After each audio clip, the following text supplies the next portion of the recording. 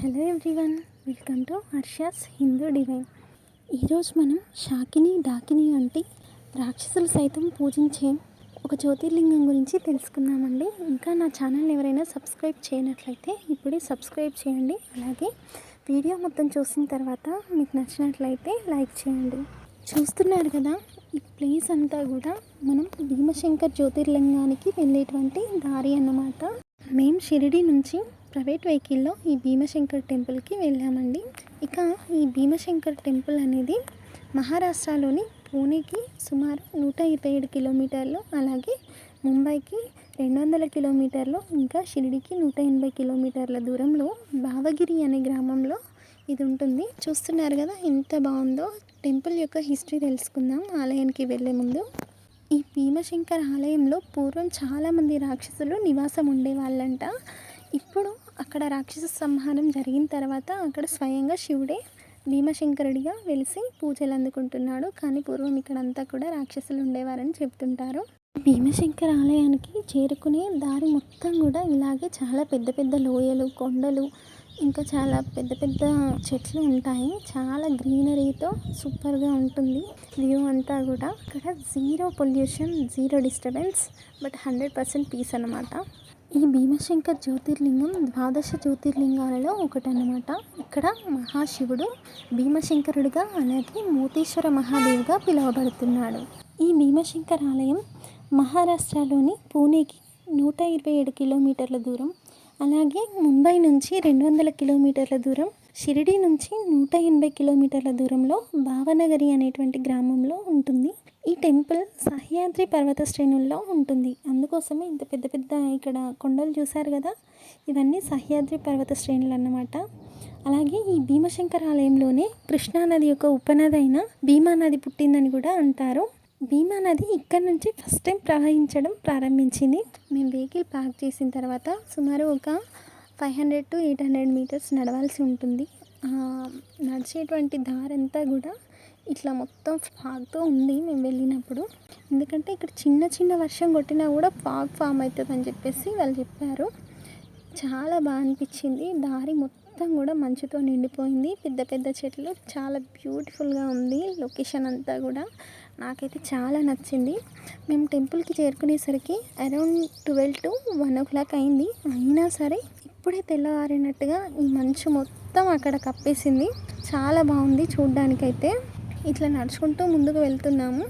Fog అనేది form అయిపోయింది. మేము టెంపుల్కి వెళ్ళడానికి మన వెహికల్ పార్క్ చేసిన దగ్గర నుంచి టెంపుల్కి వెళ్ళడానికి సుమారు ఒక 500 నుంచి 800 మీటర్స్ దూరంలో టెంపుల్ ఉంటుందన్నమాట మనకి పార్కింగ్ నుంచి.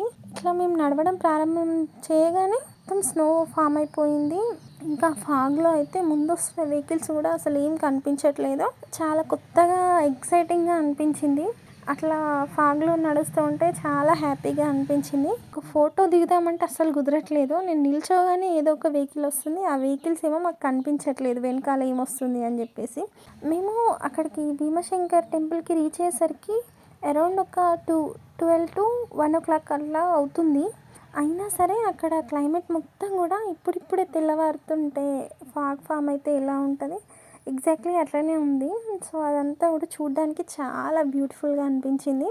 అందరూ వెదర్ని బాగా ఎంజాయ్ చేశారు. మేము వెళ్తుంటే హారన్ కొట్టేదాకా కూడా అర్థం అవ్వట్లేదు, అంతగా మొత్తం ఇట్లా మంచు నిండిపోయిందన్నమాట. నేనైతే ఆ క్లైమేట్ని ఎంజాయ్ చేసుకుంటూ టెంపుల్కి వెళ్ళాను. నాకైతే చాలా చాలా హ్యాపీగా అనిపించింది అలా వెళ్ళడం. అక్కడ లోకల్లో ఉండే వాళ్ళని అడిగితే దాదాపు మాన్సూన్ సీజన్ అంతా కూడా అలాగే ఉంటుందని చెప్పారు వాళ్ళు. ఇంకా కొన్ని ఫోటోలు తీసి లోపలికి వెళ్ళాము. ఇది మెట్ల మార్గం గుండా టెంపుల్కి వెళ్ళాల్సిన చోటు అనమాట. ఇలాగే ఉంటుంది మెట్లు. అటువైపు ఇటువైపు చిన్న చిన్న దుకాణాలు ఉంటాయి. ఆ తర్వాత మెయిన్ టెంపుల్ ఇలా ఉంటుంది. ఇది నగారా శైలిలో కట్టారండి ఈ టెంపుల్ని. ఈ భీమశంకర్ టెంపుల్ని 13వ శతాబ్దంలో శంకుస్థాపన చేశారంట. ఇది నగారా శైలిలో కట్టారు. మహారాష్ట్ర పీష్వాల దివాన్ అయిన నానా ఫడ్నవీస్ దీన్ని నిర్మించి అభివృద్ధి చేశారంట. అయితే భీమశంకర్ జ్యోతిర్లింగం గర్భగుడి నుంచి చాలా కిందగా ఉంటుందండి. అక్కడ ఉన్నటువంటి శివయ్య కూడా చాలా చిన్నదిగా కనిపిస్తుంది లింగం. అలాగే ఆ ఆలయంలో ఇలా చిన్న కోనేరులాగా ఉంటుంది. ఇక్కడే భీమా నది పుట్టిందని అంటారు. చూడండి ఇలాగా ఉంటుందన్నమాట. ఆ భీమా నది శివుడి యొక్క లింగానికి పక్క నుంచి చిన్నగా నెమ్మదిగా ప్రవాహం అనేది స్టార్ట్ అవుతుందంట. కోనేట్లో చిన్న వినాయకుడి విగ్రహం కూడా ఉంటుంది. ఇదంతా గుడికి వెనుక వైపులా ఉంటుందన్నమాట. సో భీమా నది భీమశంకర ఆలయం నుంచి స్టార్ట్ అయింది కాబట్టి భీమా నదిగా పేరు వచ్చింది. ఇక్కడ భీమశంకరుడు శాకిని డాకిని అనే రాక్షస సమూహాలచే సేవించబడుతున్నాడంట. ఈ భీమశంకర ఆలయం చుట్టుపక్కల కూడా పూర్వం రాక్షసులు నివాసం ఉండేవారంట. అందుకే భూతపేత పిశాచాలచే ఎవరైనా పీడింపబడుతుంటే ఈ టెంపుల్కి వెళ్తే కనుక వాళ్ళకి ఉపశమనం లభిస్తుందని ఇక్కడ స్థల పురాణం చెబుతుందండి.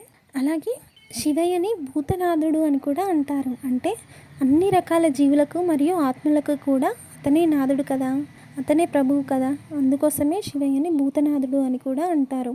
ఈ భూతనాథుడు పంచభూతాలని కూడా నియంత్రించేటువంటి వాడనమాట. ఇది స్థల పురాణంలో కొంత భాగం. భీమశంకర్ ఆలయంలో ఉన్నటువంటి శివలింగం పైన చిన్న కత్తితో ఘాటు కనిపిస్తుందండి. ఆ ఘాటు వెనుక ఒక పెద్ద స్థల పురాణమే ఉంది. నేను అది నెక్స్ట్ వీడియోలో చెప్తాను, ఎందుకంటే వీడియో లెంతీ అవుతుంది కాబట్టి. ఇంకా టెంపుల్లోకి ఎంటర్ అయిన తర్వాత మనం డైరెక్ట్గా అక్కడ శివలింగానికి అభిషేకం చేయవచ్చు. అలాగే శివలింగాన్ని టచ్ చేయడానికి కూడా వాళ్ళు మనకి అవకాశం కల్పిస్తారు. ఇంకా వేరే టెంపుల్స్లో కానీ జ్యోతిర్లింగాల దగ్గర అయితే అలా నేరుగా తాకడానికి అవకాశం ఉండదు.